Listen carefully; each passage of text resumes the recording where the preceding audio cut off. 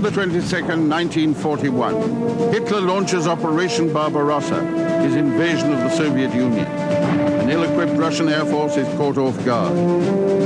But within 2 years, aircraft like the Yak-3 fighter turn the tide in what the Russians call the Great Patriotic War.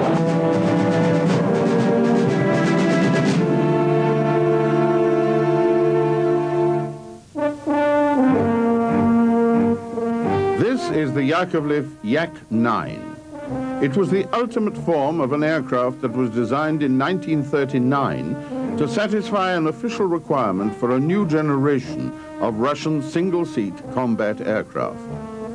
As the Great Patriotic War dragged on, these Yakovlev fighters evolved into an effective opponent for the Luftwaffe's legendary Messerschmitts and Focke-Wulfs. Alexander Yakovlev's original design was promising. It made 1940 May Day flypast, while Russia was still basking in the false security of Stalin's non-aggression pact with Hitler. But a year later, on the eve of Operation Barbarossa, Hitler's surprise attack on Russia, the Yak fighters were still not in full production.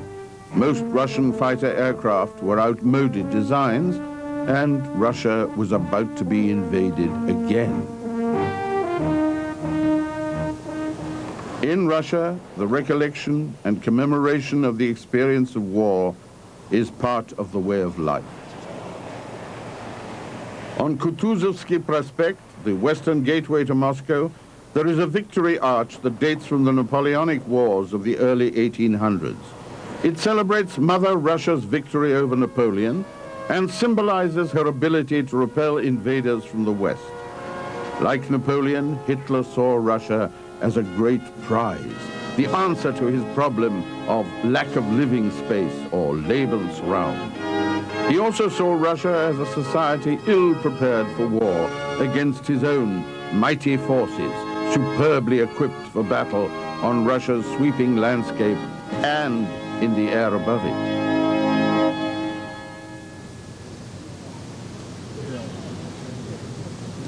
Hitler was right.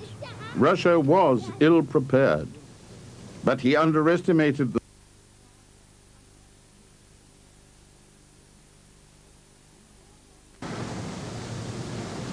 This is a Soviet fighter pilot called Mikhailov, who, with his ammunition exhausted, sacrificed his life and his Yak-3 to bring down a German fighter.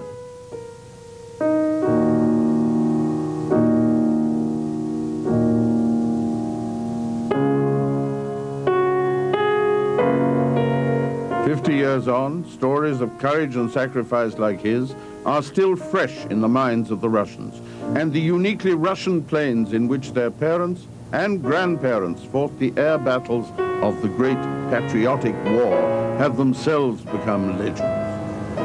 But in the early years, the Russian aircraft industry was slow to establish its own identity. Before the revolution of 1917, most of the scout or fighter aircraft of the Imperial Russian Air Force were Russian versions of French and British designs built under license. After the revolution, interest in aircraft waned as Lenin's Bolsheviks concentrated on establishing a new social order. But with the beginning of the Civil War, it became obvious that the Red Army needed air support, and on May Day 1918, aircraft were given a prominent place in the military parade.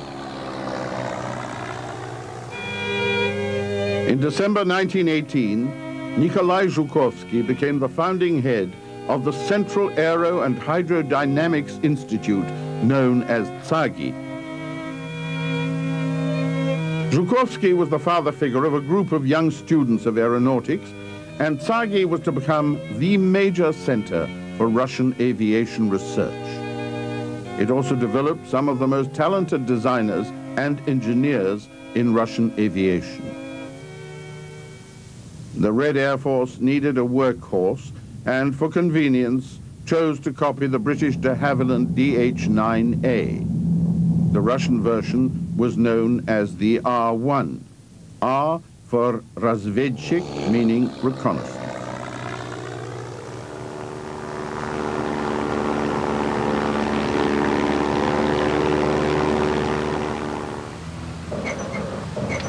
Most of the Russian aircraft produced in the 1920s were strongly influenced by British and German designs. But gradually, a new generation of bright young Soviet designers began to impose their ideas on the developing industry.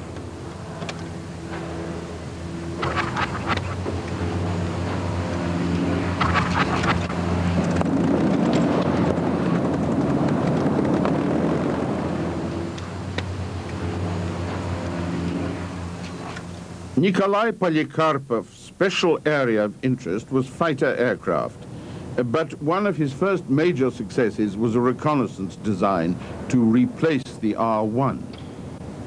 It was a simple biplane called the R-5. It entered service in 1930, and when production ended in 1937, 6,000 had been built. Another 1927 Polikarpov design for a basic trainer was to become a legend, although the first prototype would not even leave the ground. It was called the U2, and like the R5, was strong and simple. It served not only as a trainer, but as air ambulance, artillery spotter, even night bomber. It caused German infantry many sleepless nights in World War II. Female combat pilots, the night witches, would often cut their engines and glide their U-2s in behind German lines, dropping bombs on the sleeping troops. More than 40,000 U-2s were built. They were still a common sight in Russian skies many years after the end of the Great Patriotic War. Polikarpov's fortunes in the late 1920s were mixed. He was commissioned to design a fighter, but his progress was considered slow, so he was imprisoned and sentenced to be shot. The sentence was never carried out. In 1933, he regained political favor and produced two fighter designs. The I-15 was a streamlined biplane with excellent performance, but the second design, the I-16, was revolutionary. In an era of biplanes, it was a low-winged monoplane with retractable landing gear, the first fighter of this kind to enter service anywhere in the world. It had a maximum speed of 283 miles an hour, which was very fast for that period. By 1935, the I-16 was arriving in numbers in Red Air Force fighter squadrons, and over the next 2 years, several improved versions were introduced. Stalin was so pleased with the I-16 that he presented Polikarpov with a personal limousine and the Order of Lenin.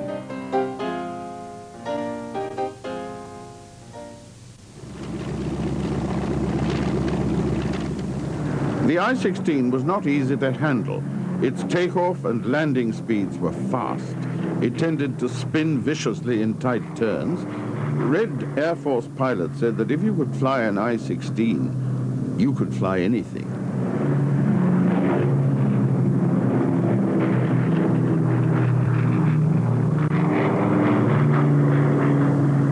When the Spanish Civil War broke out in 1936, the wooden-framed I-16 was the Red Air Force's premium fighter. Improvements had taken the design as far as it could go. At first, it was successful, fighting on the side of the Republicans who called it Mosca, the fly. But then it encountered an enemy that belonged to a new generation. The German Messerschmitt Bf-109, with its sleek lines and powerful inline engine, was fighting for the Condor Legion of Hitler's nationalist allies.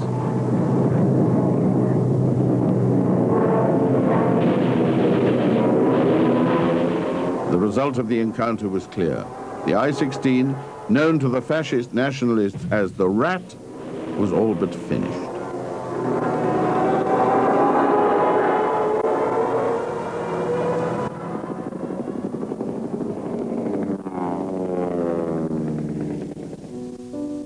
Stalin had been a champion of the development of the I-16.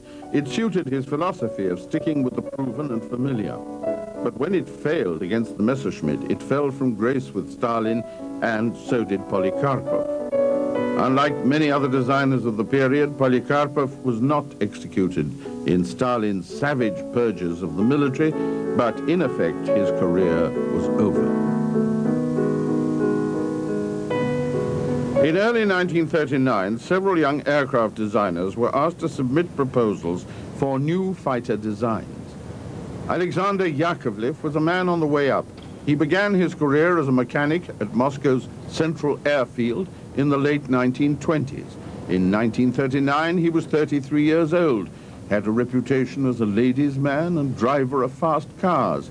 He was also in favor with Stalin, having recently designed two successful trainers, the UT-1 and UT-2.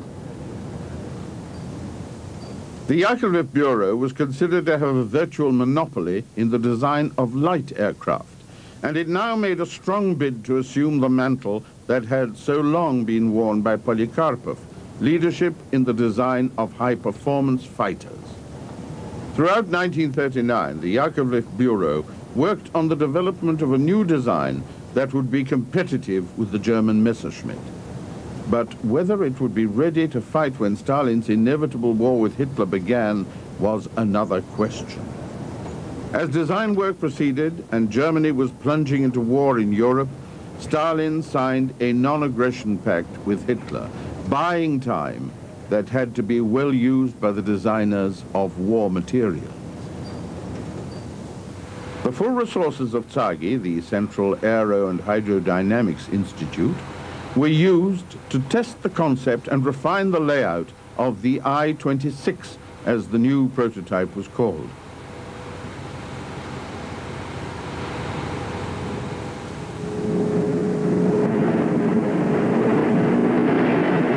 By late 1939, design and construction work was complete, and in January 1940, it flew for the first time.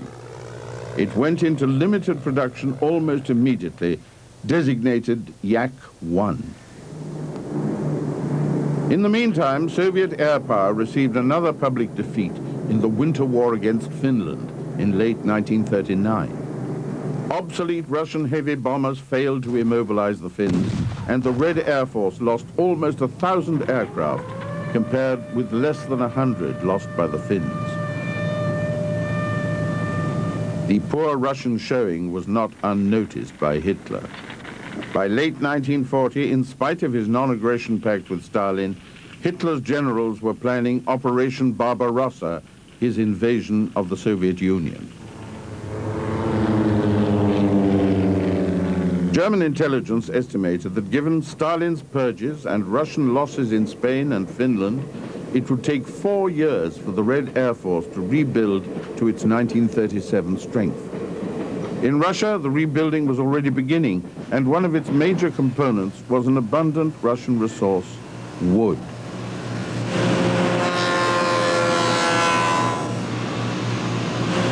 The Yak-1 had wooden wing frames, but another new fighter, the Lavochkin LAGG-1, was built almost completely of wood. Its skin was made of layers of wood laminated with fiberglass. It was very strong, but heavy and underpowered, and pilots called it Lakirovanny Garantированный Grob, or guaranteed varnished coffin.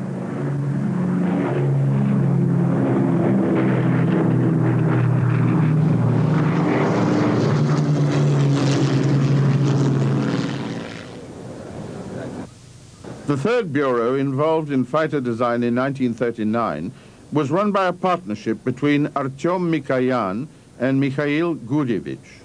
Their MiG design bureau was to become a legend in Russian aviation. Their prototype fighter, the I-200, was designed and built in just 4 months. It entered production in 1940 and became known as the MiG-1.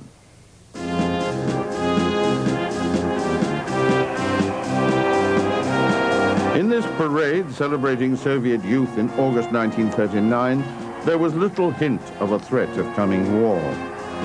But many of these young people from the 12 Soviet republics would be dead within 2 years, and millions of Soviet children would be without parents.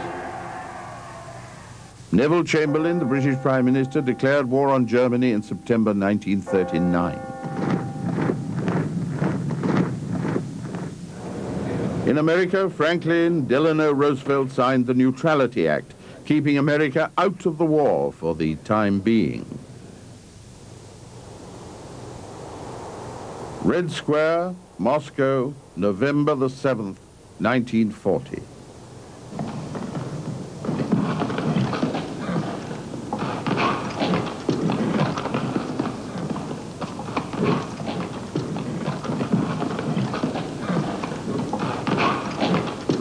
Elite Soviet troops are reviewed by their commander, Marshal Timoshenko, in a traditional military ceremony.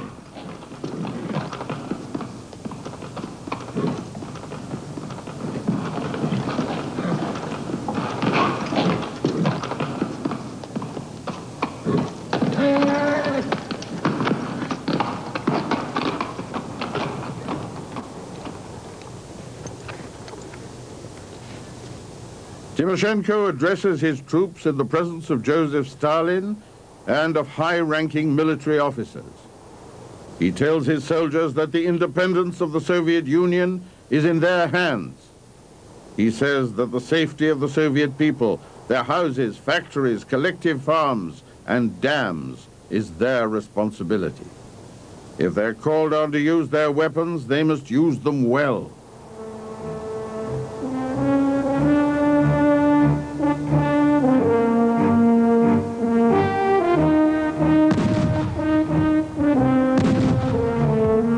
Within 5 weeks, Hitler will issue his Directive Number 21, Operation Barbarossa, his plan to invade the Soviet Union.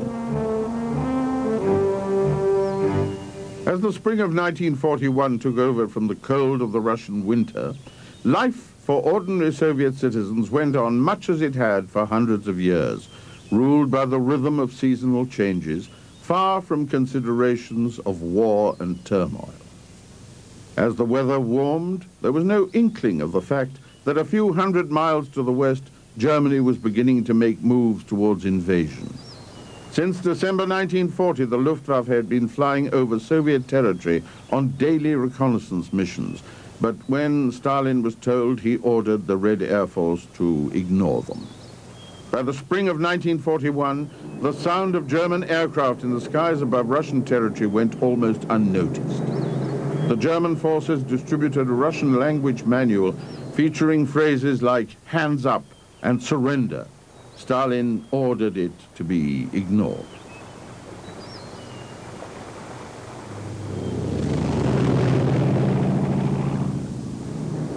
Swarms of aircraft flew over Red Square on May Day, the 1st of May, 1941. They looked impressive, especially to ordinary citizens. But Soviet military planners watching on that day knew well that most of the planes in the skies over the Kremlin were all but obsolete.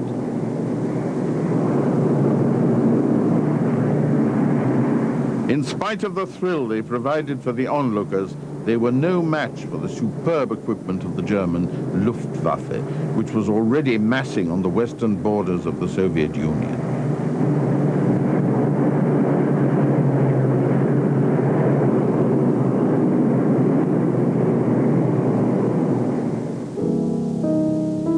Early in June 1941, Soviet authorities received reports from Switzerland and Japan that Hitler was planning to invade Russia on June the 22nd. The information gave a precise account of the German battle order and its objectives.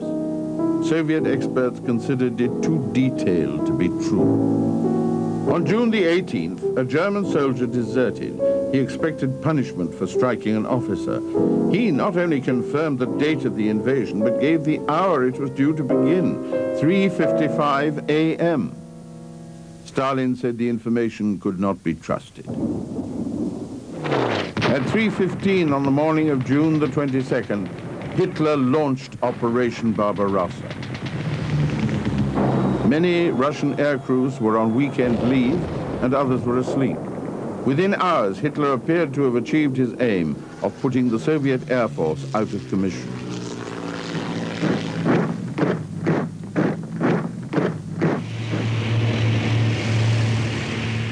Russian forces were confused. There was no immediate counter-offensive. Not until 4 hours after the attack was launched did Stalin order the Red Air Force to retaliate and destroy the enemy with powerful blows. Hitler could not believe the extent of his success. Luftwaffe Chief Hermann Göring even ordered a recount of the Soviet planes destroyed. There were more than 2,500. In the first month of Operation Barbarossa, the Luftwaffe claimed to destroy 7,500 Soviet aircraft, while losing only 770 of its own. But statistics can mislead. The Red Air Force had indeed lost almost 70% of its numbers, but the Luftwaffe's apparently smaller losses wiped out a devastating 60% of the planes available on the Eastern Front.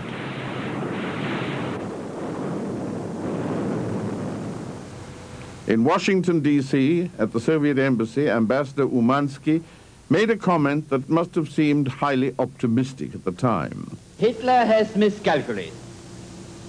Ours is a nation of a moral and political unity and strength unknown in the past.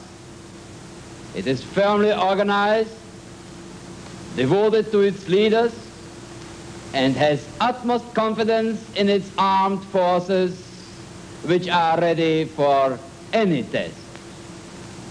Hitler's attack against my country will be smashed.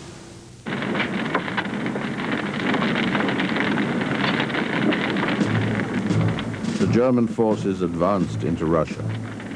In Moscow, the population waited, hearing daily news of the German progress, and then, in mid-July, when the way to Moscow stood open to the German army, Hitler made a decision that was to provide a reprieve for Stalin and the capital. He decided to consolidate the flanks of his army and postponed his advance on Moscow till the end of September. There were 3 bombing raids on Moscow in late July, but no great damage was inflicted.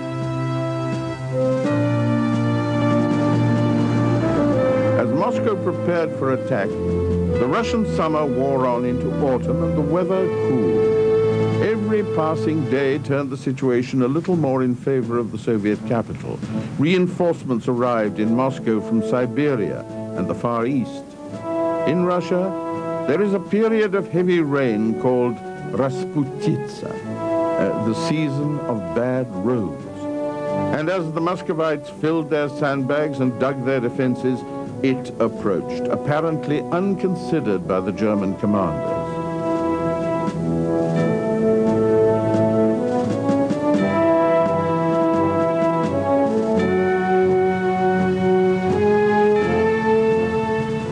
From the outskirts of the city to Red Square in the center, Moscow was placed on the defensive.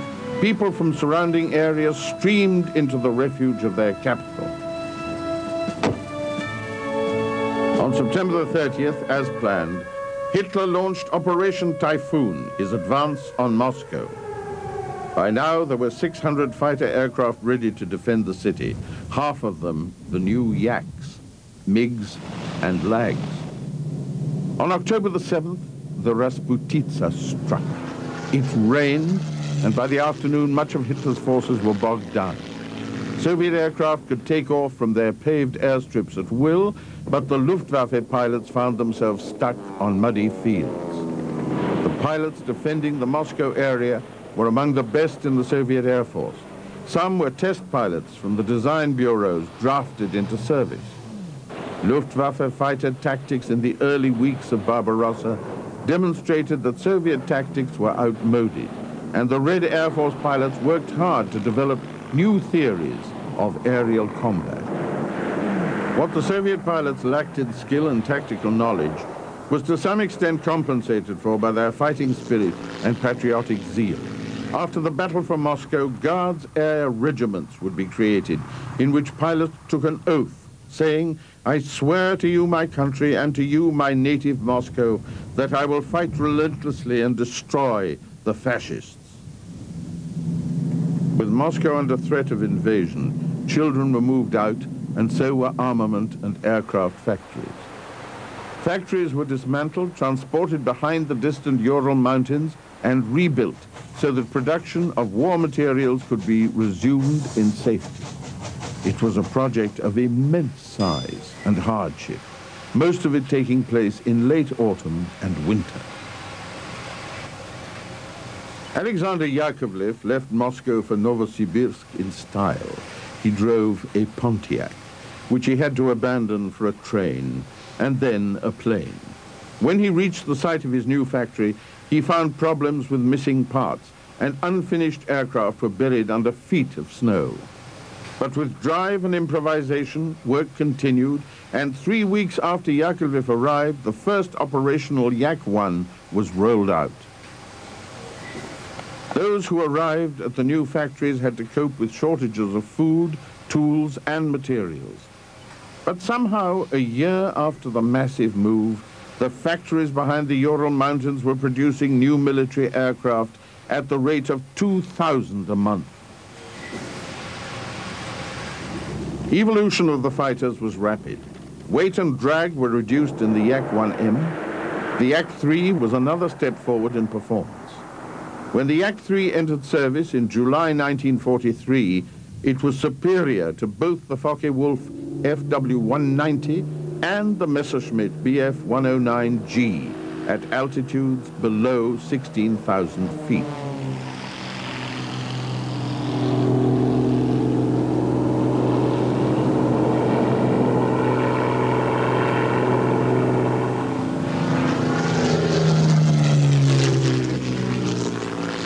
In spite of the incredible achievement of moving the factories out and making them productive, Stalin was not satisfied.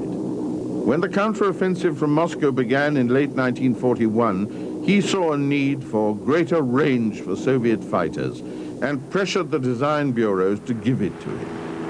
That pressure passed down the line to the factories already working under impossible conditions. Many aircraft were delivered unfit to fly in combat, and overtaxed ground crews were forced to do work that should, under normal circumstances, have been completed in the factories. Nevertheless, the new Yak fighters performed well. Pilots learned on the job and in master classes conducted by new fighter aces. One of their first tasks was to overcome a deeply ingrained fear of the Luftwaffe. Then they had to learn to fight on the dive and on the climb.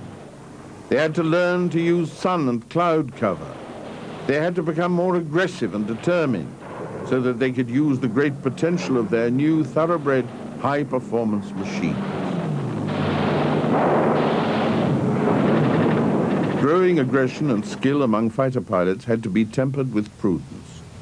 By the summer of 1942, the number of new fighters available was still small. It was important to keep as many planes as possible flying while numerical strength built up. This is a Yak-3.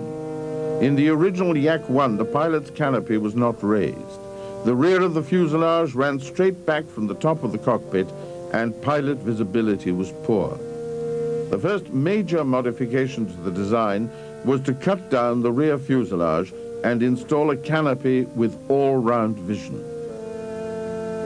A two-seat trainer version, designated Yak-7V, performed so well that it was converted and fitted out as a night fighter with the designation Yak-7A. It's confusing that the Yak-7 appeared before the Yak-3 and the Yak-7V appeared before the Yak-7A, but that's the way it happened. The Yak-3 had a more powerful Klimov engine and a constant speed propeller. It was very maneuverable and considered to be an extremely formidable close combat fighter. The key to the success of Yaks was strength and simplicity. The Klimov engine was easy to maintain even under harsh field conditions. Cockpit instrumentation was simple. One Red Air Force colonel pointed out that there was no need to distract the pilot with a lot of fancy gadgets.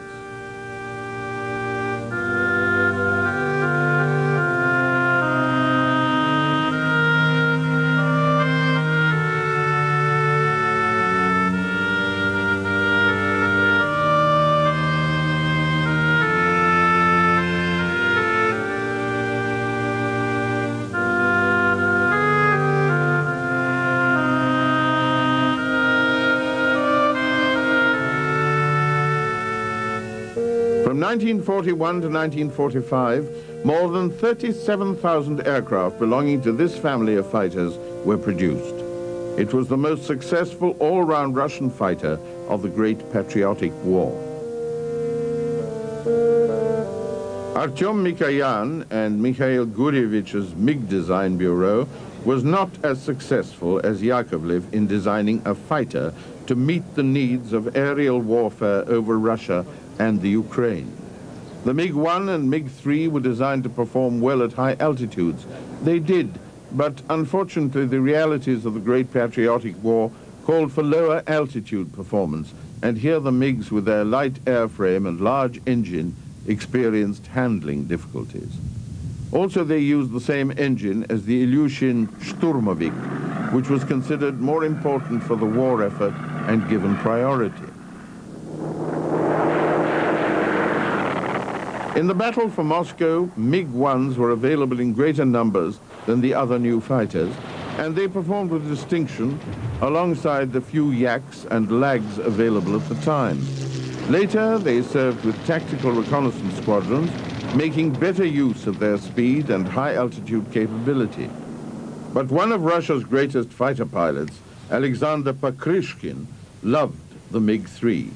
He used its high-altitude capability to develop a new approach to fighter tactics, closing the gap between the skills of Soviet pilots and those of the Luftwaffe.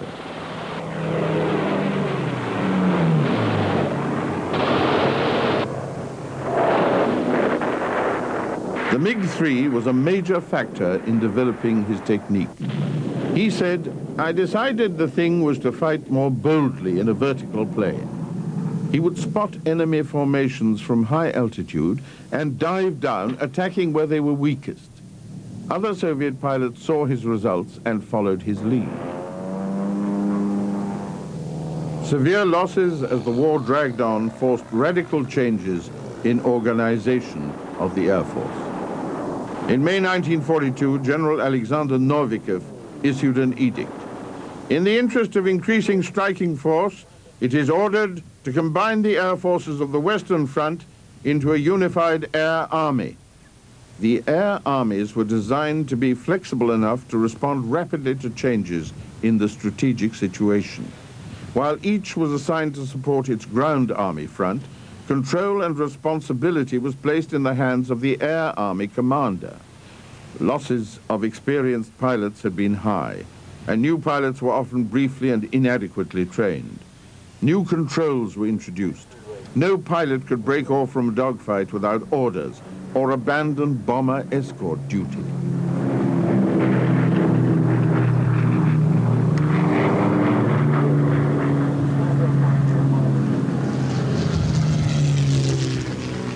Forward observation stations were established on the ground just behind the front lines to provide radio guidance to fighter aircraft. Often, especially in cloudy conditions, these stations could track an enemy aircraft as it took refuge in cloud cover and relay an account of its movements to the pursuing Soviet pilot.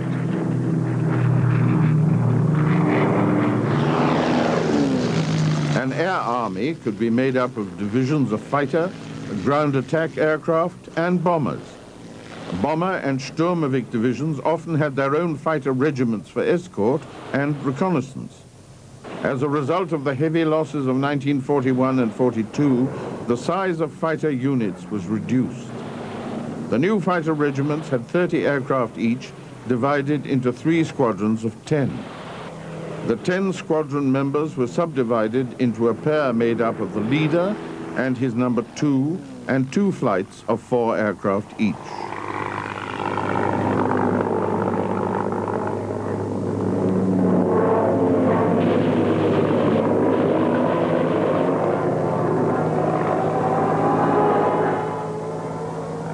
Regimental commanders and squadron leaders flew with their units and were expected to observe and monitor their new pilots.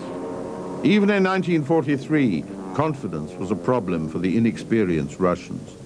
The reputation of the Luftwaffe was daunting for young men just out of a training program that was often inadequate. Their tendency to scatter under pressure made them easy targets for the experienced Germans, And in spite of reorganization and education, it remained a problem throughout the war.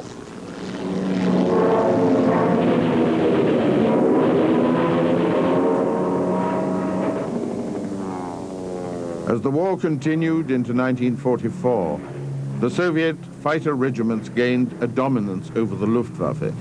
It was largely numerical, brought about by the miracle of increasing production in the factories behind the Ural Mountains and mounting losses of Luftwaffe fighters that could not be replaced by German industry.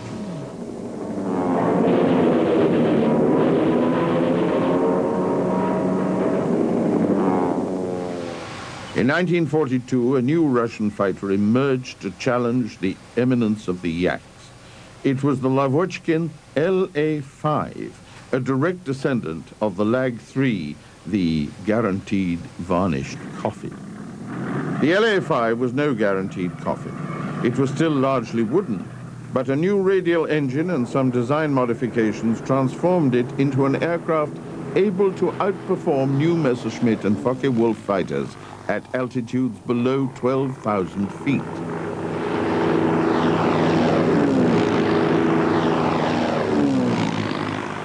In 1943, the LA-7 emerged. It was a redesigned and improved version of the LA-5FN and proved itself to be the most advanced Soviet fighter in the Great Patriotic War. Stalin was so impressed with its performance that he awarded Semyon Lavochkin a special prize of 100,000 rubles. The LA-7 had a radial engine that produced 1,800 horsepower, giving the aircraft a top speed of almost 420 miles an hour. There had been problems in development. In 1942, there were two incidents where the wings of LA-5s broke in flight. At first, there were rumors of sabotage, but eventually the problem was found to be worn drill bits. They drilled holes in the wing attachments too small to take the bolts. Assembly workers were using hefty hammer blows to force them in, and the structure was weakened and it failed under stress. The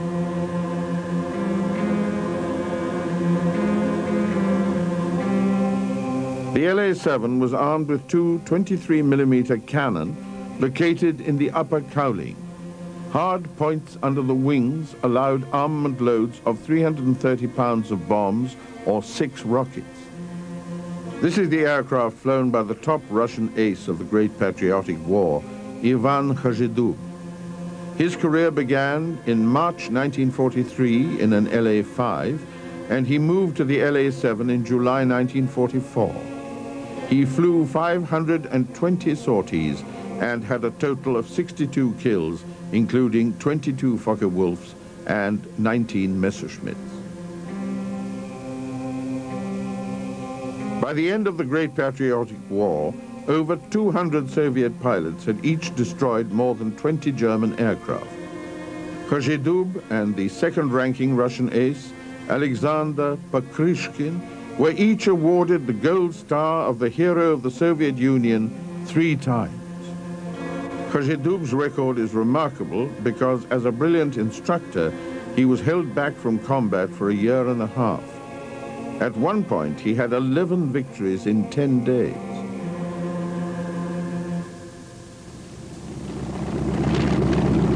More than 10,000 Lavochkin LA-5 FNs emerged from fighter plant number 21 at Gorky, east of Moscow. From 1944 onwards, reconstituted factories at Yaroslavl and Moscow turned out more than 5,000 LA-7s. The immense quantities of munitions to arm and support them poured from factories scattered out of reach of German bombers. But the Great Patriotic War was not fought without some external assistance. This is an American Bell P-63 King Cobra, delivered to Russia late in the war under the Lend-Lease program. Lend-Lease began in October 1941. The principal fighter aircraft supplied to the Russians was the Bell P-39 Era Cobra. 4,700 were delivered to the Soviet Union via Alaska and Siberia in the course of the war. The Airacobra was not popular with American pilots because of its poor high-altitude performance, but the Soviet pilots found that it performed well as a low-altitude fighter. Its 37mm cannon made it an effective ground attack aircraft, and it had excellent radio communication. Russian authorities have tended to downplay the effect of Lend-Lease as a factor in Soviet victory, but among fighter aircraft, and especially early in the war, it was important.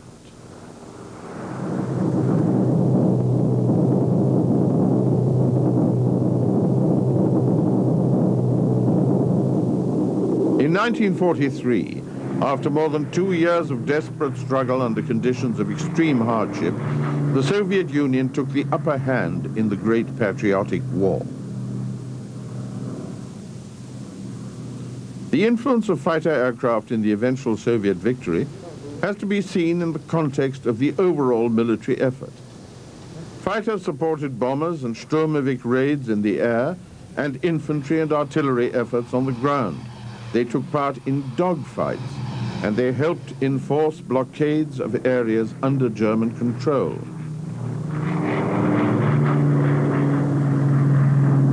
The fact that Russian fighter aircraft, in such a sorry state of obsolescence in 1939, could evolve so quickly and become so competitive with their superb German opponents by the middle years of the war is one of the extraordinary aspects of the Soviet military recovery.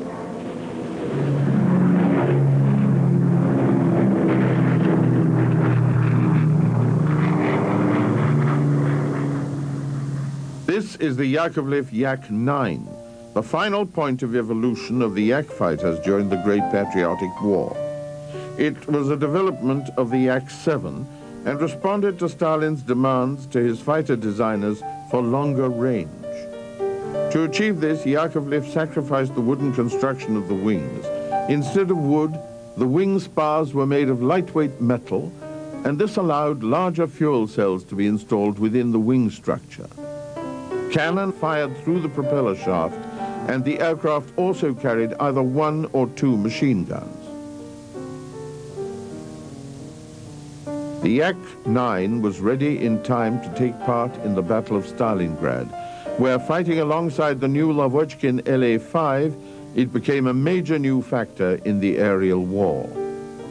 All Russian fighter aircraft used wood in some part of their construction until 1944, when the Yak-9U with an all-metal airframe was introduced.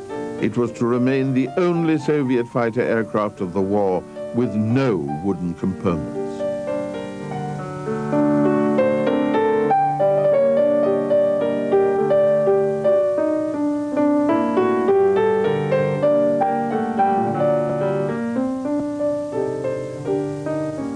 Of the 37,000 Yakovlev fighters built during the Great Patriotic War, 17,000 were Yak-9s. There were many variants, including fighter bomber, long-range fighter, night interceptor, reconnaissance, and trainer versions. Each one maintained the simplicity and robust strength that had made the Yak-1 a success from the time it first flew.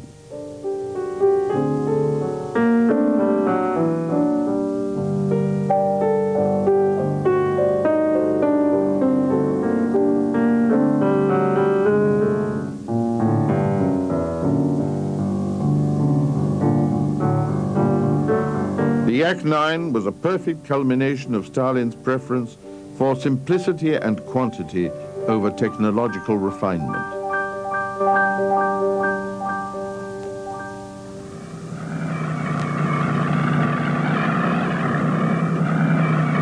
The Yak-9 was not necessarily the fastest of the Yaks. Its greater fuel load was gained at the loss of some outright performance. The Yak-1M and the Yak-3, with their lighter construction, were considered to be the high-performance air superiority aircraft. The Yak-7 and Yak-9 were battlefield fighters. These two lines of evolution gave the Yaks greater flexibility of operation than any other Soviet fighters.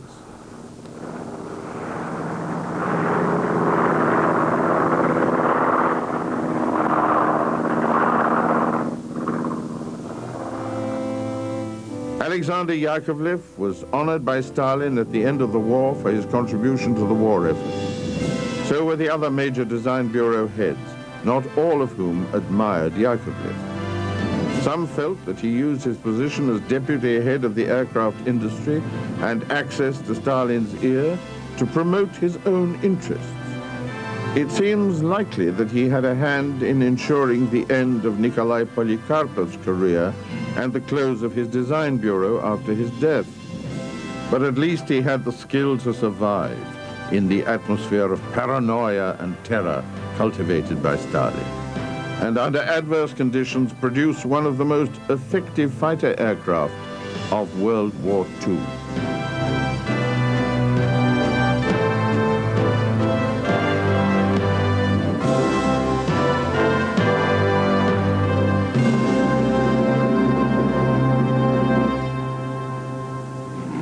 This is another Yakovlev single-seater aircraft. It is a Yak-55, a distant descendant of the Yak fighters of World War II. It's one of the finest aerobatic aircraft in the world, performing maneuvers that would have been unthinkable for any World War II fighter.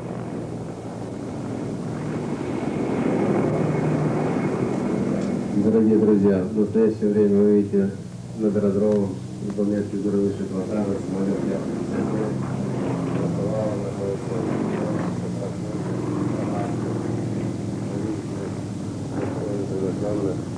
наша прославленная женщина-косминка выполняет фигуру выше квадрата самолет.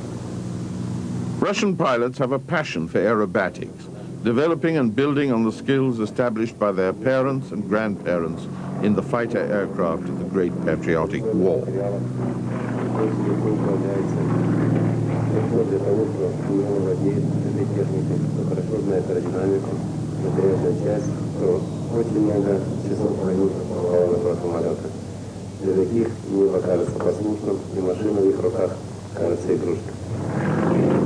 The best of the Russian aerobatic pilots have a great international reputation, and many of them, including the one flying this plane, are women.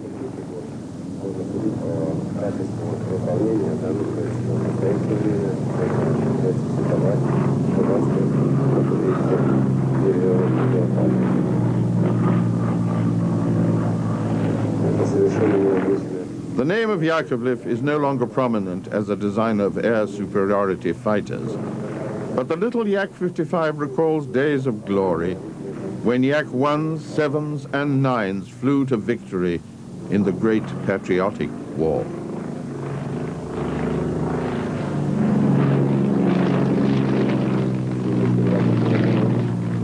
Дальше прямо перед нами вы видите вертолет